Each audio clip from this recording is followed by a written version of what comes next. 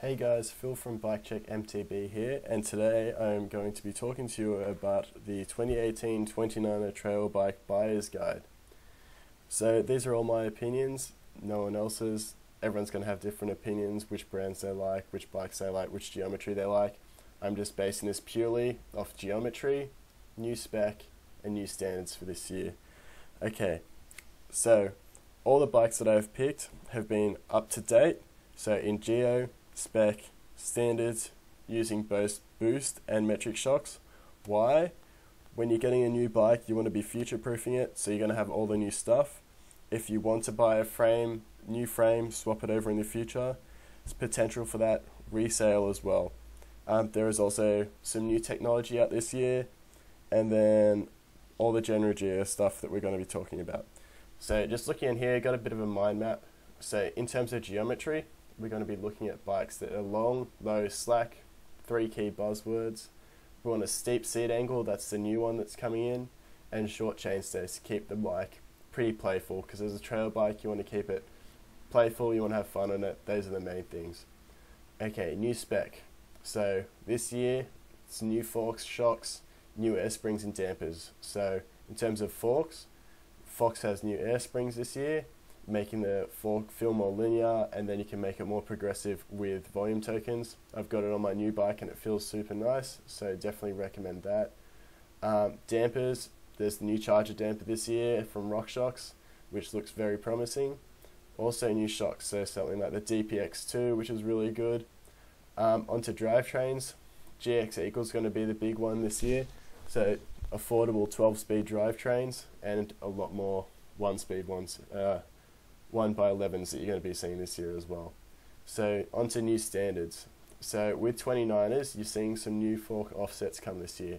So instead of the typical 51, you're seeing 42 and 44 offsets. That's going to, main companies doing this, Transition and White, it's just going to make the bike feel a bit more nimble, because it's obviously going to be less mass forward from the wheel.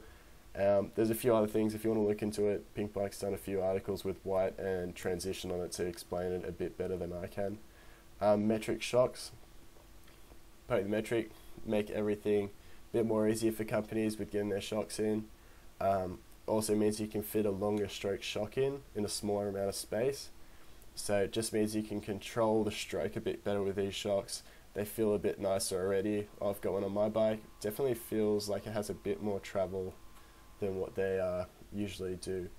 And then also boost standards, which is going to be pretty standard on most of the 29 bikes. So I've picked 5 bikes. I've picked 5 bikes that I think are going to be good. So based off of all these things here. So we've got the Norco Sight, Transition Smuggler, Trek Fuel EX, the Rocky Mountain Instinct, and the NS Snap Plus One. So a few big brand ones and then a few smaller brand ones that you might not have heard of, but they're definitely the ones to go for. So onto the bikes here. Get rid of some of those. So we'll start with the Norco. This is my bike. So this is the one I currently have now. So we'll go back, we'll look at a few different ones. So most people are going to be going for the A3, great value for money. So just under 3,000 US dollars. I'm Australian, so money's going to be a bit different for everyone. So probably the best out of the alloys, value for money, you're probably looking at the Sight 2. So, and then if you wanted to spend a bit extra for something a bit burly, comes with a Fox 36, new DPX2, Eagle GX, good value for money at the price there. It's around 5,000 Australian dollars if you were Australian, but we'll go have a look at the Sight A2, a little bit nicer of a colour as well. So just looking at the bike, spec wise, you got a Pike RC, so it's going to be for most people. They aren't going to be adjusting low speed, high speed compression, low speed, high speed rebound, all that kind of stuff like that. You only really need the RC unless you're getting pretty fiddly with it. The new Fox Float shock, you've got 1x11, looks like 11 to 46 tooth cassette with XT. And then Trans-X dropper post, which is going to be the budget dropper post on most bikes these days, same as the brand X. Most brands' factory ones will be the same one as this, so great performing, easy to replace, cheap. You can get them from Chain Reaction for under 200 Australian dollars, so not something too bad if it goes wrong. I-29 wheels, WTB. Other than that, it's pretty standard. So we'll look a bit about the geometry. Comes in both 29 and 650B, depending on your preference. So for a large, which is I am, 74-degree seat angle, seat tube lengths 470, head angle 67. Most of the bikes that I'm going to be showing you is between 66, 67. Obviously the one with the slacker seat head angle is going to be a bit more stable at speed, a bit more confident on the steep stuff. Wheelbase just under 1.2 meters. Rear center 435, again in line with the other bikes. 435, 430 is what you want. Top tube 632, which is pretty comfortable for my height, and then the reach is 457. So good overall bike for the money. Great kit. It's going to be one of those no frills bikes that will get the job done for you, with top end kit just slightly, not necessarily dumbed down, but less sophisticated technology in it, but great bike for the money. So move on to the fuel. The Trek is one of your big brand bikes. So with these big brand bikes, this geometry might not be as up to date as some of the more progressive brands that are a bit smaller, which is why they'll get a bit more sales by doing something a bit out there, because the big brands are obviously going to cover the more sensible place in the market. But they actually updated this for 2017, it's carrying over for 2018, but all progressive stuff, pretty nice geometry, slightly on the tamer side, but it just means it's going to be a bit more of an all-rounder in a sense. So it's still pretty good on the descents, but can climb really well, which is what the fuel's been known for. So looking at it, you've got a Fox Rhythm, GX Eagle, great drivetrain. I've got it on my bike. So this is the EX8. So this is probably be the one, top of the line alloy, one down from the top of the line alloy, I think. I'd have to double check that, but it's the most go-to model of all the fuels. So Bontrager dropper post, the reactive shock through, I don't know if it's the one that has the through shaft. I have to have a look.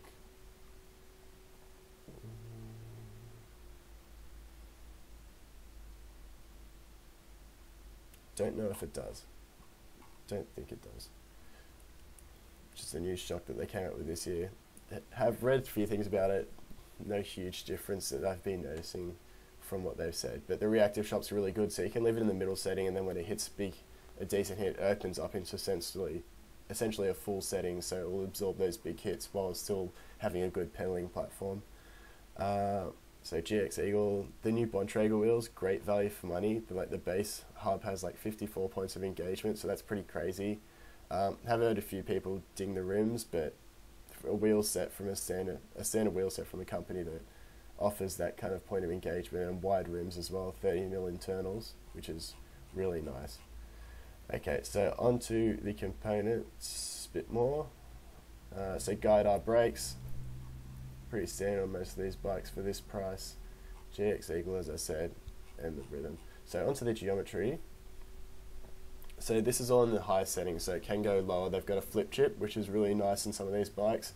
Essentially, you can kind of have two bikes in one, so you can kind of have something that's a bit better for climbing in a day if you want to do that, or if you want to do something a bit more descending focus, you can swap it over. So that's really good. That's also the same as the Rocky Mountains, so exciting that a lot more companies are doing that. So going on for large, which is the 19.5 in the Trek, we have a effective seat angle of 74.7, which is pretty good. Head angle 67.7, and I think it gets close to 67 when it is in the low setting. The top tube's a little short, 61 centimeters, a little bit short for me, but I prefer something like the 63.6, which would be a bit nicer. Bottom bracket height, slightly on the higher end of these modern bikes, so 34.4 centimeters. Chainstay length in line with the other bikes we're going to be looking at, and then wheelbase just under what the Norco site was, and then also reach 460. So when you're looking at frame reach, everyone's going to be looking at frame reach. Okay, it's got 460, all the bikes, but your frame reach is going to be impacted by your seat tube. which will in turn change your effective top tube. So example on this, the Rocky Mountain that we're going to look at has a 460 reach, but it has a 75 seat tube angle and then a 625 top tube. So it's going to be a bit confusing. So if we look at this one, you've got 75.7, so moderately steep seat angle, then you've got a really small top tube, and then a long reach, because a lot of that room of the reach is in front of where the pedals, the line where the pedals are going to be, and that looks like it has a lot of reach, but when you're sitting down it might feel a bit cramped in that sense. So slightly less on the progressive side, but you're not going to be upset getting a big box, a big brand like this with slightly more progressive geometry than the other companies out there. So definitely a good bike. Say compared to your Specialized and something like that, the stunt jumper and camber frame hasn't been updated in a long time in terms of geometry and that kind of sense. So if you're going for a big brand bike and you want that warranty associated with that, the Trek's the one to go for. Onto the Transition. So the Smuggler is the kind of dark horse in this kind of group of bikes. So slightly less rear travel. Than Sight and Fuel both had 130 rear travel. This has 120 rear travel, so a bit shorter, but you see a bigger fork on this, 140. So a lot more bikes are going for a longer fork with shorter rear travel, so it means the bike still pedals really well, can handle a few bit more big hits because it's a more progressive link in the rear, so it really ramps up hard towards the end of the travel, but up the front you can really slam it because you got a bit more travel. So as they say, party at the back, business in the front. So you can keep it really fun, playful in the rear with that less travel. You can pump through things a bit more, but you can handle the bigger impacts on the front, which is really good. I think this is the way that more bikes should be. Like the Sight's only 10mm difference. I do prefer around 20mm difference, just so you can get the most out of the rear suspension. Because in a trail bike, you want to be pumping your features and stuff like that and having fun. So have a look at some of the specs here. So this isn't the, they haven't, I don't know if they've exactly come out yet. They're on the main page of the website, but this is their kind of preview page that they released. So let's have a look at some of the spec first. If I was going to go for one, because they're all alloy frames with the Transition apart from the Patrol Carbon when they brought that out. So we have the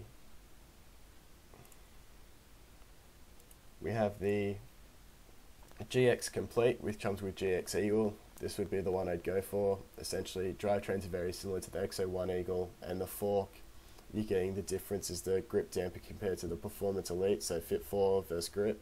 Some people prefer the grip damper. It's less sophisticated, gets similar feel to the Fit 4, and probably a bit it's cheaper to manufacture, so cheaper to replace. So I've got the grip damper in my fork, and I'm not saying that, I'm not noticing that I want anything more, so I'll just say that. If you want more adjustability, even the Fit 4 Performance probably won't give you that much more, a little bit more, but not that you'd cry about and be upset about. So so same shock as well as the one above. So we'll look at the GX Complete.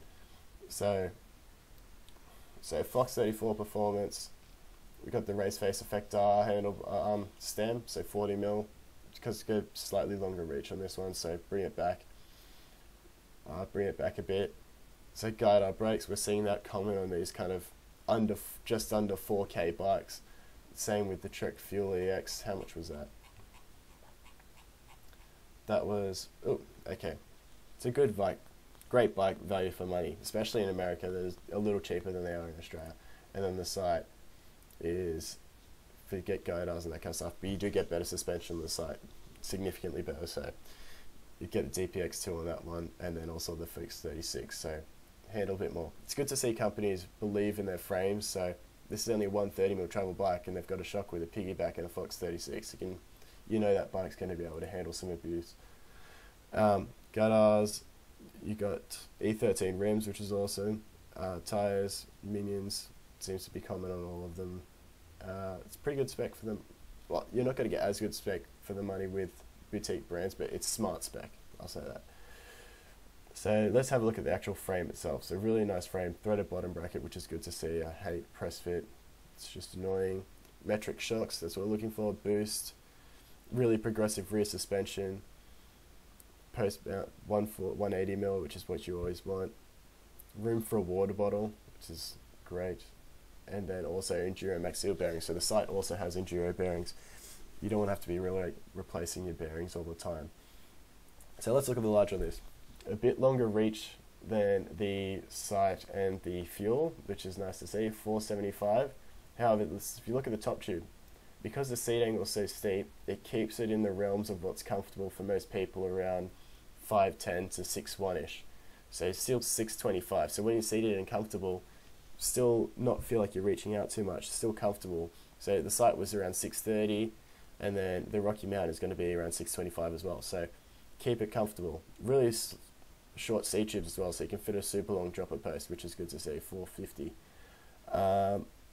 Other than that, the wheelbase, a long wheelbase on such a small travel bike, so it means it's just going to be super stable. But because you've got that rear shorter rear suspension, and then also short chain stays, they're 430 as well. The bike's still going to be playful, but it can handle a lot of steep stuff because you've got that stability that you can have. And then also, you've got this new fork offset on the transitions that's a bit shorter. So by bringing that back, it means it's still going to be nimble and stuff like that, but when you're ploughing, you've still got that long wheelbase that's going to handle it at speed. So this is the geometry that I want to see more companies doing, and this will probably be the next frame that I'd go for when I swap from my site, or the Rocky Mountain.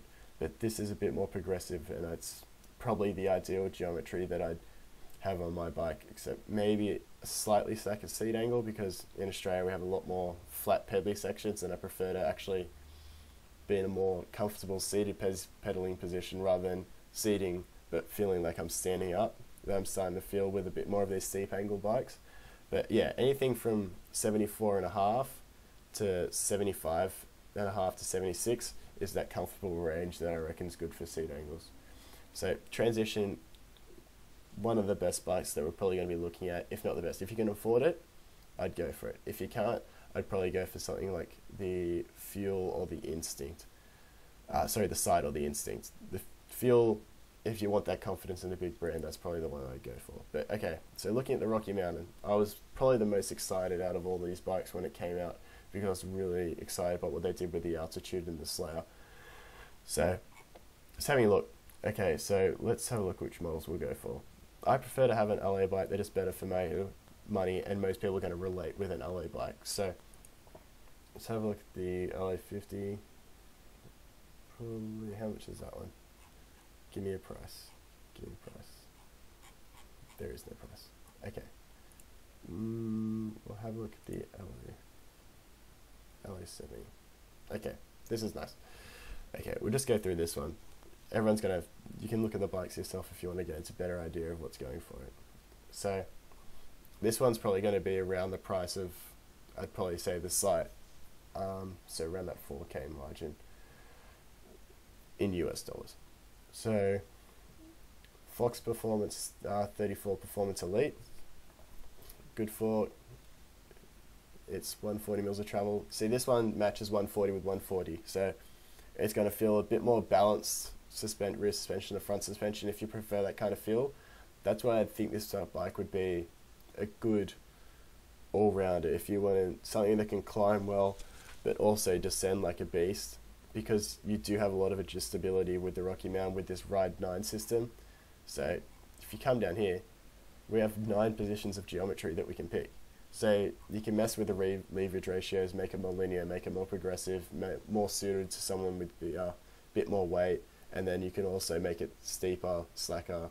It's a good all-round bike. This is probably, if you're looking for something that you do a few enduros, you want to mess around on the trails, you just want one bike, this would probably be the one that I'd lean more towards the most. So let's have a look at the spec. 140 DPS Performance Elite, same as a lot of the other bikes. Again, GX Eagle, turbine, race face stuff. What brakes do we have? Guidars. Again, so around this kind of price point, you're going to be seeing the same spec on a lot of these bikes, except for the fuel. It's a little bit cheaper, but there is slightly cheaper suspension on it. So we'll look at the neutral position, because that's what most people are going to be using, unless they're living in somewhere super steep where it's a bit different. there's only 1 degree difference in everything pretty much. So okay, so top tube 625, head tube angle 66.5, so a bit slacker than the sight and the fuel, and a bit steeper than the transition. Seat tube angle 75, very comfortable. Rear center 435, so same as the sight. Anything from 435 to 430 is kind of like the golden zone, I think, for these kinds of bikes in terms of chain. Say 460 reach, and then a wheelbase of 1205, so a bit longer than the fuel on the sight and a bit shorter than transition. So that's why I just think this is a good all-round bike. If you want something a bit more poppy and playful, but still a bit more stable, here you go, the transition. But I think this is the best all-rounder out of all of these. So really nice bike. The colours, they also come in super nice, and then the carbons as well. Even if, again, this is what I'm talking about with these bikes. Like with the sight, they have enough confidence to make the BC edition, which is a 160mm travel bike, using the same frame essentially. So you've got confidence in the bike that it can handle a lot of abuse. So now onto a bit of a dark horse in the lineup. We have the NS Snab Plus One. So NS Snab Plus One 130, so 130mm travel. This is going to be, Pink Bike did a review on this bike, and it looks like, if you like what the sight offers and you're a bit more descending focused, I would lean more towards this bike. It just can handle a bit more abuse, a bit longer wheelbase, but the climbing's not going to be there compared to the other bikes that we've looked at. So I think they called it the 29ers downhill bike. The downhill is 29er. I think that's a good way to label this bike. So let's have a look at the specs. So same as the sight, 130, 140mm travel. Eagle GX again, Guide R's. We seem to be seeing the same spec on all of these bikes. Fox 34 performance. So pretty good spec. They've also got the slightly cheaper one, if you prefer the colour, and slightly cheaper. Not as good drivetrain, but suspension's the same. Brakes wise, SRAM levels, so next step down. It's going to be a good bike as well. So something, upgradability is there with drivetrain. You got the same suspension, so you want to be spending more on a bike with decent suspension rather than something with a expensive drivetrain but not as good suspension. So focus on the stuff that's more expensive when you're buying a new bike. And also trunnion mounts. So the sight's got a trunnion mount as well. These trunnion mounts just make everything a bit stiffer, but all metric shocks.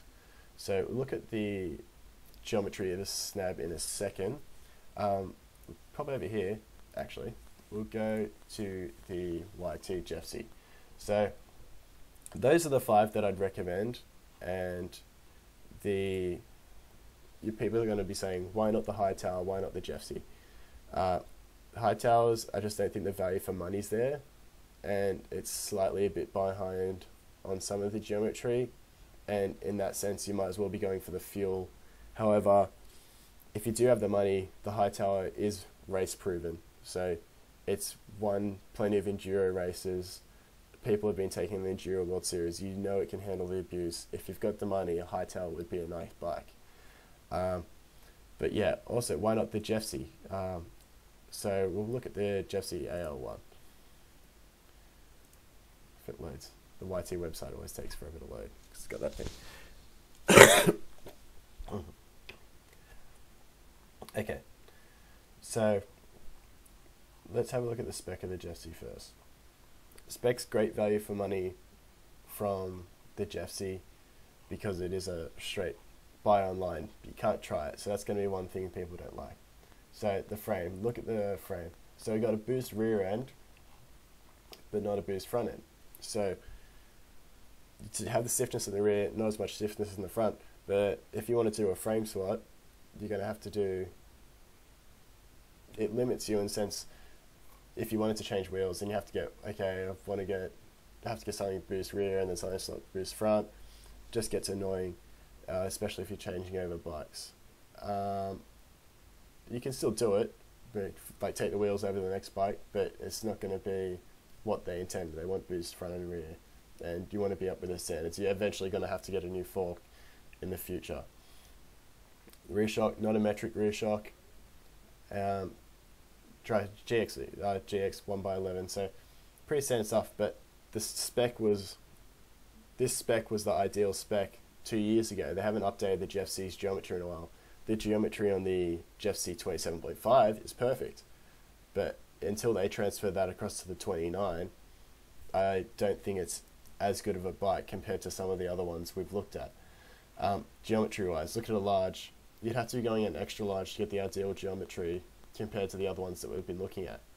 So, but that's not going to be feasible for a lot of people with the seat tube length, 520 for the extra large. So most of the bikes we're looking at is 550 to 580 for the large. Most people aren't going to be able to fit a decent length dropper post on that, so slightly annoying. Back at the high tower again, to get the same stuff that we're looking at with the other bikes, so GX Eagle, Guide R's, comes with a Fox 36 Performance, so same as what I've got on the site. You're spending an extra pretty much $1,000 on the other stuff. Yes, that is carbon, so you are spending extra on the frame, but it is an extra that's if you're looking for a carbon bike and you want decent spec, that's actually half decent value for money. But value for money is going to be, most people are going to be buying a dual suspension in the realm of $2,500 to $4,000, unless you're racing and you've got a team behind you. You don't want to be spending more than that. You have to be confident in your abilities to fix the bike. So it's going to be up to you. Again, these are just my tips. So, okay, let's compare some of the things between a few bikes. So, I've put a few pick if you want. So, Norco sight, playful for descents. So, slightly shorter wheelbase than a few of the longer ones.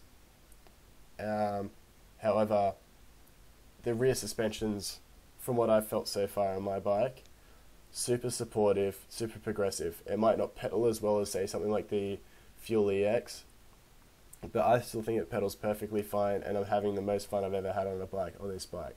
So it feels super playful. I feel like the head angle could be a little slacker for a bit more stability in the descents, but I'm going to mess around with a few on that stuff, and then I'll report back to you on how that feels. But I feel like this was a big redesign for Norco. I think they got really close to what would be ideal for a lot of more progressive riders these days. But again, they're a slightly bigger brand, so they have to be slightly a bit more conservative than these smaller brands because they have to maintain their market. So good on them for taking a risk with some of the stuff, but the bike's awesome. I feel like they could just go a little bit further in terms of geometry, which I think they will. They tried, from what they told us when I met a few of the guys, they tried heaps of different geometries on the bike, and this was the one they ended up with. So the bike still feels super nice. If you want something a bit more slacked out, you can go for the range. So the Smuggler, so let's have a look at, we'll start with the head angles first. The Smuggler, smallest rear travel, but it's got the slackest head angle. So it seems crazy, but it seems to be the way that everyone's going.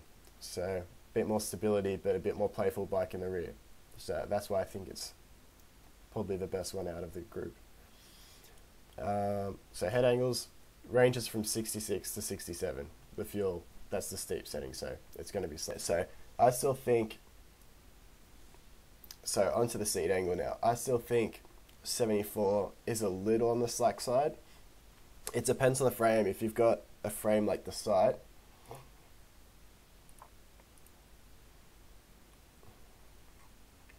so say here, it's going to be 74 at that point when it's with pretty much horizontal with the bars. But say if I bring that out a bit more there, it's going to be a bit more because you've got that kink in the seat tube. So if it went straight up, it's always going to be 74. It goes there and it deviates out. From there, it's going to get higher and higher. So it feels like it's slacker essentially the more it goes up. So unless you've got the perfect leg height, you're not going to be getting that perfect 74. I feel it's okay with the saddle just a little bit forward from center, but I still feel like it could be a little bit steeper. So I reckon 74.5 to 76, you're gold with seat angles. But again, not going to be disappointed with the bike. Chainstay length, 435 to 430. All of these bikes feel very similar. Anything more, my old New Proof was 450. and I felt like manualing it was just a bit hard. So yeah, it's just going to be shorter chainstay. Might not be as stable at speed, but with these slacker head angles, you're going to get that stability instead of having super long chainstays. So reach ranging from 457 to 475. I think with that steeper seat angle, 470, 475 is probably the way to go. Top tubes again, 625 to 635 I think is going to be perfect. And then the wheelbase, anything from 1.2 meters I think is going to be the way to go. So just go through the snap because we didn't go through the geometry. So so seat angle pretty in line, so 66.5, so pretty slack. Chainstay length similar, reach a bit longer. They've really extended the top tube on this, so on a large, that's a pretty long top tube. So although the reach is still 470, because it's not the steepest of seat angles, it's going to have a longer top tube. So it's going to be comfortable for some, uncomfortable for others. It is the longest of the bikes here, so that's why I said it's going to be more someone who's descending focus rather than climbing as well. So it is kind of like bike that will handle super long, super steep descents, but you'll be able to have a bit more fun because you've got a bit less travel. So in that sense, they could have gone a little bit slacker with the head angle then. But again, nice bike. All these are the 5 best bikes that I would pick for 2018 for the money. For geometry, money, spec, these are the ones I'd go for. So let's go to the site. Pick if you want to have a bike that's playful in descents. Exactly what I said earlier. Transition smuggler. So you got that stability in the long wheelbase. Poppy because you got less travel, and then it's going to be efficient. Got a bit less travel. You're going to be super steep on the pedaling for the climbs with a steeper seat angle. Probably the go-to bike I'd go to if I want to have fun. Trek Fuel, good all-rounder. That's what it's always been labelled as. Well, you can race any of these bikes on an enduro if you wanted to. Most of the enduros that aren't the Enduro World Series, at least in Australia, aren't ridiculously technical. You can do them on any of these bikes. You'll probably be faster than someone that's on a full-blown enduro bike because these bikes can pedal super fast, and if you're a good rider, you're going to be able to keep up with them in the descents. So Rocky Mountain Instincts, it's a more capable Trek Fuel, so still going to be climbing really well. Good ideal geometry, and still got a slightly longer wheelbase than the Trek Fuel on the Norco site, so still can handle a bit more abuse on the descents, going to be a bit more stable. And then the Snab, live for the descents. So that's it, guys. Those are the bikes that I would pick. Again, it's up to you. The Hightail is a good bike if you want something carbon. They make the best quality carbon Santa Cruz. And then if you wanted some value for money out of the Jeffsy, you can go with the Jeffsy. I just think it's just a bit dated now. It needs an update. So that's it, guys. Phil from Bike Check MTB. If you want to follow me on Instagram, it's at Bike Check MTB. I'll be posting a few more of these videos. I've also got one on 29 enduro bikes, and then I'll also be doing a 27.5 for trail bikes and your enduro bikes. And then I might also do a gravity enduro bikes, because bikes are changing these days. A lot of these bikes are more enduro than the full-on enduro bikes because they're getting out of hand, in sense they won't be able to pedal on the flatter enduro trails because they've just got so much travel. So that's it, guys. See ya. Thanks for listening.